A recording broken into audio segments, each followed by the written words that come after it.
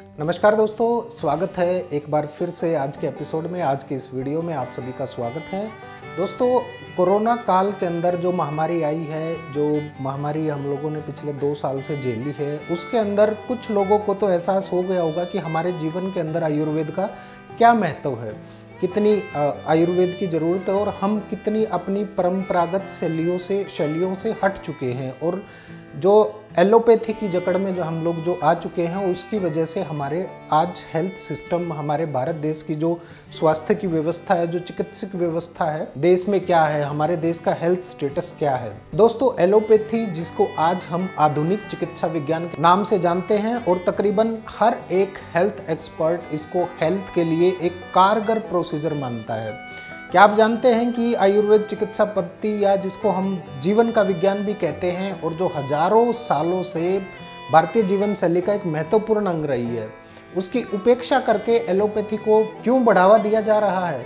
जुड़े रहिए हमारे साथ। आने वाले कई वीडियो के जरिए हम इस पूरे स्कैंडल की पोल खोलेंगे।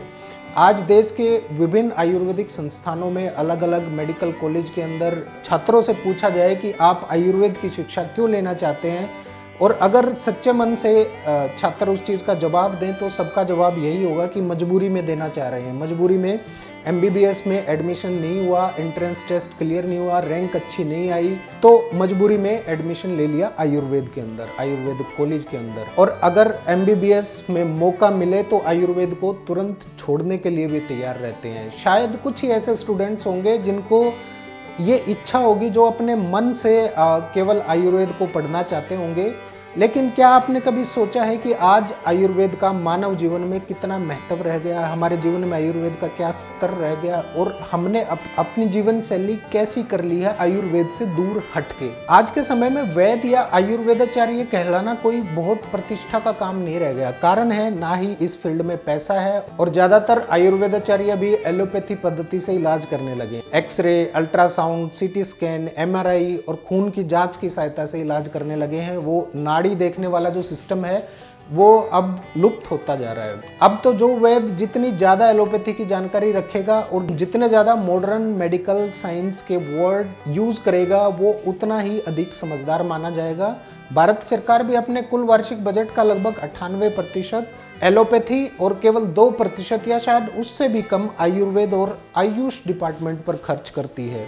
ये जानने का विषय है कि एलोपैथी की वजह से हमारे देश में आज हमारी हेल्थ किस स्तर पर है और आने वाले समय में हमारे स्वास्थ्य का क्या स्तर होगा। आइए हम आपको बताते हैं। आधुनिक चिकित्सा विज्ञान के हिसाब से रोग केवल 2 प्रकार के होते हैं, एक संक्रामक रोग और दूसरे कम्युनिकेबल रोग या असंक्रामक रोग या नॉन कम्युनिकेबल या क्रोनिक रोग, जिन्हें अब हम जीवन शैली रोग भी कहते हैं। संक्रामक रोग जैसे TB, मलेरिया, टाइफाइड, हैजा, diarrhoea, rabies, influenza, chikungunya, AIDS, जो दूषित हवा, पानी या मच्छरों के माध्यम से फैलते हैं। इंग्लिश में कहें तो एयरबोर्न, वाटरबोर्न और वेक्टरबोर्न। TB के लगभग 23 लाख हर साल नए मरीज, भारत देश में लगभग 40 करोड़ लोगों में TB के कीटाणु मौजूद हैं और उन पर TB रोग का खतरा मंडरा रहा है। 2013 में करीब 5.5 लाख लोग TB के कारण मरे थे।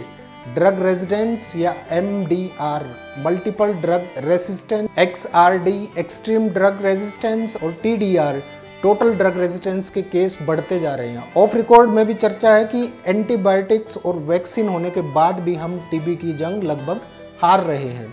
एड्स के मामले में भारत दुनिया में तीसरे स्थान पर है। 2015 में लगभग 21 लाख एड्स रोगी भारत में थे और वर्ष 2015 में 86,000 नए केस और करीब 68,000 लोगों की डेथ हुई थी।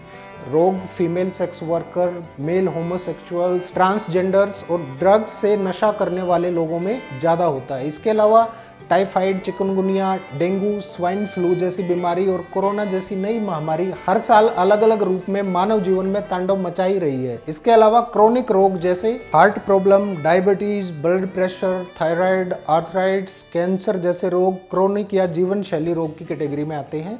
भारत डायबिटीज कैपिटल बन चुका है। लगभग 7 करोड़ लोग इस रोग से ग्रसित हैं और 2040 तक दोगुने होने का अनुमान है। 2015 लगभग 3,46,000 लोगों की डेथ हुई थी 2015 में, और 2025 तक हृदय के रोगियों की संख्या लगभग 6 करोड़ होने का अनुमान है। लगभग 25% शहरी और 10% ग्रामीण जनसंख्या हाई बीपी से पीड़ित है और लगभग हर 11वां व्यक्ति थायराइड से रोग से जुड़ा हुआ है। और कैंसर के लगभग 28 लाख से ज़्यादा केस हैं। 2025 तक 5 गुना मरीज बढ़ने का अनुमान है। 2025 तक लगभग 3.5 करोड़ लोग सांस की बीमारी से जूझ रहे होंगे और इस महामारी के बाद तो आंकड़ा कहीं ज़्यादा जाएगा।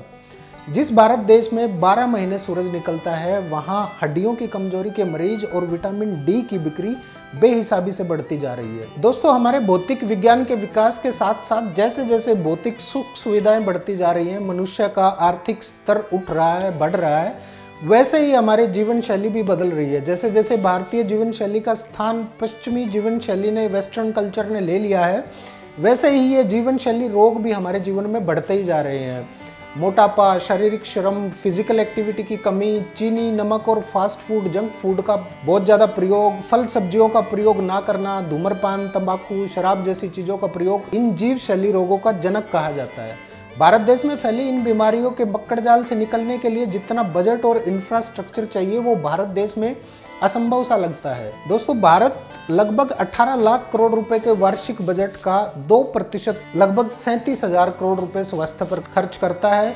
और जिस प्रकार से ये महामारियां भारत में बढ़ रही हैं, इस स्थिति से निपटना लगभग असंभव सा लग रहा है। जुड़े रहिए दोस्तों, अगले वीडियो में हम आपको बताएंगे कि जिस अमेरिका को आप सर्व साधन संपन्न देश मानते हैं, वहाँ स्वास्थ्य की क्या स्थिति है। अगले एपिसोड में हम आप इस बारे में जिक्र करेंगे और आप लोगों को जानकारी देंगे कि हमारा देश कहाँ पे स्टैंड कर रहा है और अमेरिका कहाँ पे स्टैंड कर रहा है।